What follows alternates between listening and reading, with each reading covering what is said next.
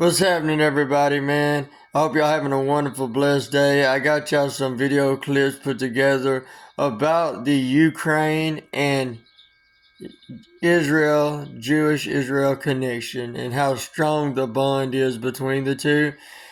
And it is pretty interesting once you see it. You'll find out that they have very close ties with one another. And actually, Ukraine used to be part of Russia at one time, part of the USSR before it was changed. And before that, it was called the Kingdom of Khazaria. So there's a lot we haven't been told, or we just haven't sicked out the truth in. But anyway, here's some cool stuff to learn. Watch the videos, check it out, and don't forget to subscribe, like, and share. And this is for entertainment purposes. Shalom.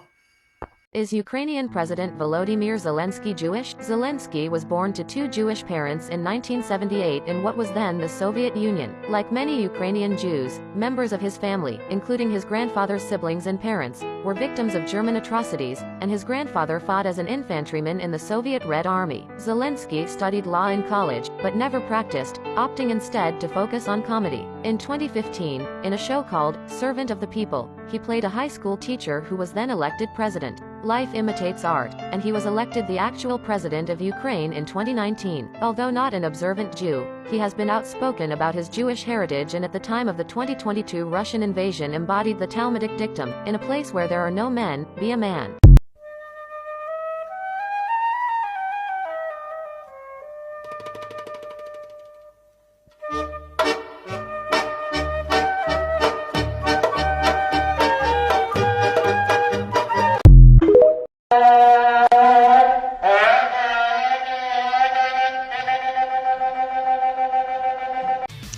Ukraine will become a big Israel with its own face, Ukrainian President Volodymyr Zelensky declared this past Tuesday.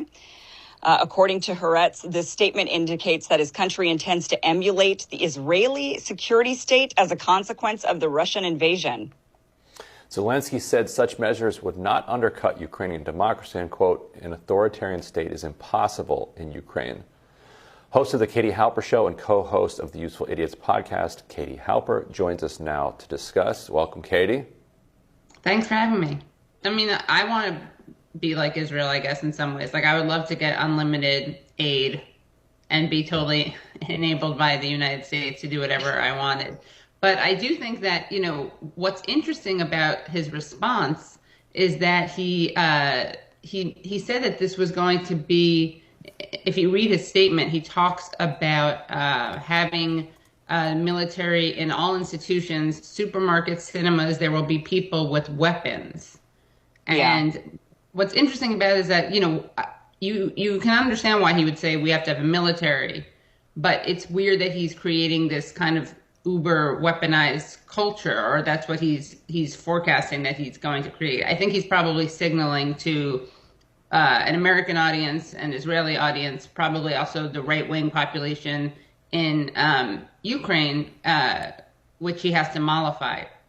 So it is a kind of weird way to frame it. Again, imagining people walking around with weapons in supermarkets and cinemas, which I guess you can do here in the United States, in open carry state. But I wouldn't be too spooked with people just having weapons. But what I suspect he means is perhaps the compulsory military service aspect of it, which is not aspect that Israel has that, right? And I is not something I would want here or in any nation, frankly. Yeah.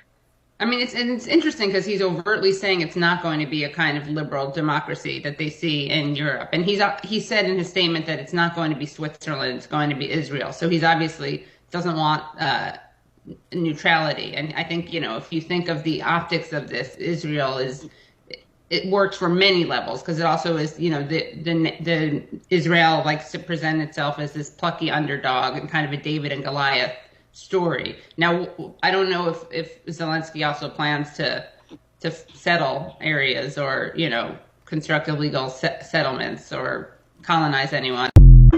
You ever see Texas?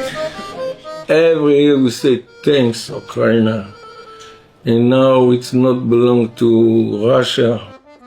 Before the corona, let's say like 2,000 people come every week. No religious tourism like we have here. Come and see what we're doing in Uman. We build here like 65 hotels, restaurants. We're ready to support Ukraine. Don't pray for Ukraine peace.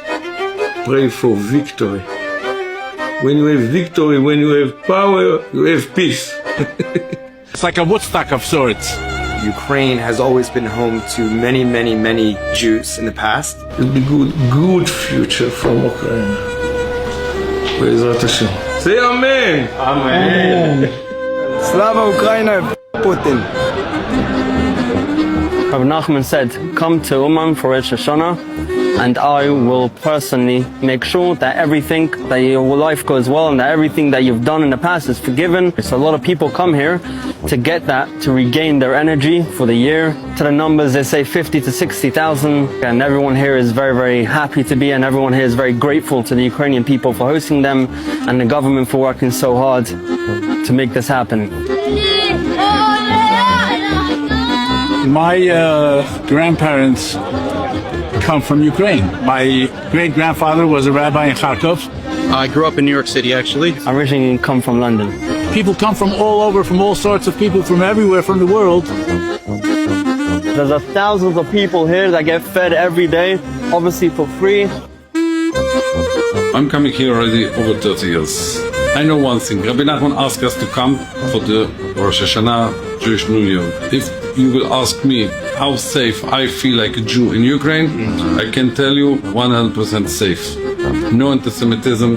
We go everywhere where we want. I volunteer my services at the Uman clinic over here, and we help serve the medical needs of the 70,000 plus Jewish congregants that make their pilgrimage every year. I don't necessarily say that there's specifically any anti-Semitic outright, there's a problem with the Jews. If there was, we wouldn't be here. So this is where everything happens. All the important decisions get made.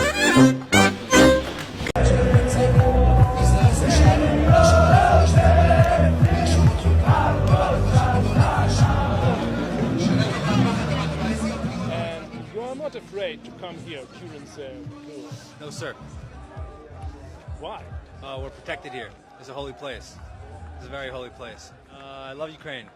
It's a beautiful place with very nice people. God bless America, God bless Israel, God bless Ukraine. And we all have peace in the very near future.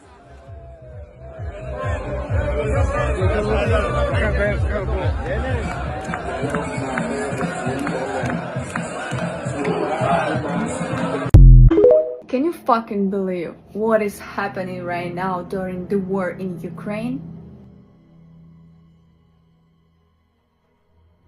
The first time I saw this video was from the capital, from Kiev. Yeah, so they put that thing in the center of Kiev, and I thought, okay, that's really weird that during the war we are doing something like that. Yeah, so the guys are out there dying for the freedom. Yeah, and then we have something like this. Second time I saw this in another city, I was like, that's not okay, that's not okay, that's something really not okay. But then when I saw that in my city, Baruch atah Adonai Eloheinu melech haolam asher kiddushonu b'mitzvosov v'tzivot. It's really pisses me off, especially when I've been talking about this with my Ukrainian friends for like years. Like since the beginning of the war, I've been telling them that this is exactly what's gonna happen. And they said to me that this is a fucking conspiracy. You are looking for the enemy outside. That's not the enemy. Enemy is over there. But usually, it's kind of like, it usually happens that the biggest enemy is not where it's obvious. The biggest enemy is behind the scene.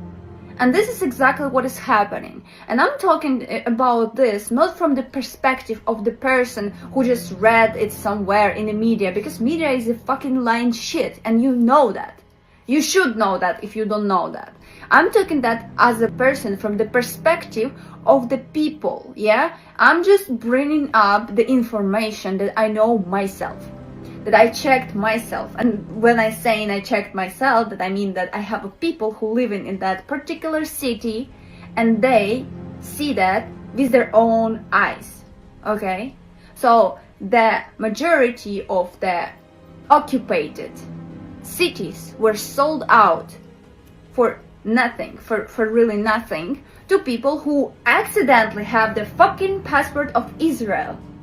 So what is this if not an occupation during the fucking occupation? And who is Russia in this case if that happened during the occupation? Guys, it's like, think about this.